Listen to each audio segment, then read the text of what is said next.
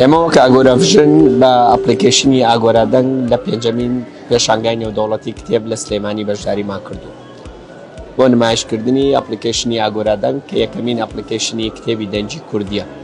تێیدا لە ئێستادا زیاتر لە 80 کتێب و 300 کاتژمێر دەنگی ڕێکۆردکراوی لە هەموو ژانرێک تێدایە.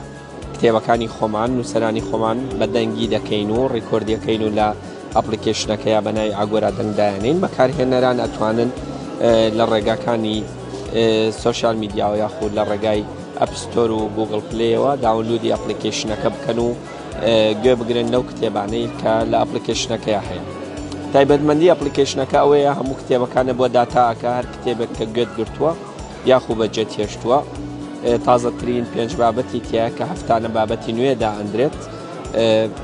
ژانراکان جیاکراونەتەوە ڕۆمان و چیرۆک و دۆکیومنتاری و مێژوویی. تایبەتمەندیەکی تری ئەم ئەپلیکیشنە ئەوەیە لە کتێبەکان لە هەر شوێنێکە بەجێبێڵی جارێکی کە چوویتەوە سەری ئەو هێنێتەوە هەمان شوێن و بۆ داتا ئەکات.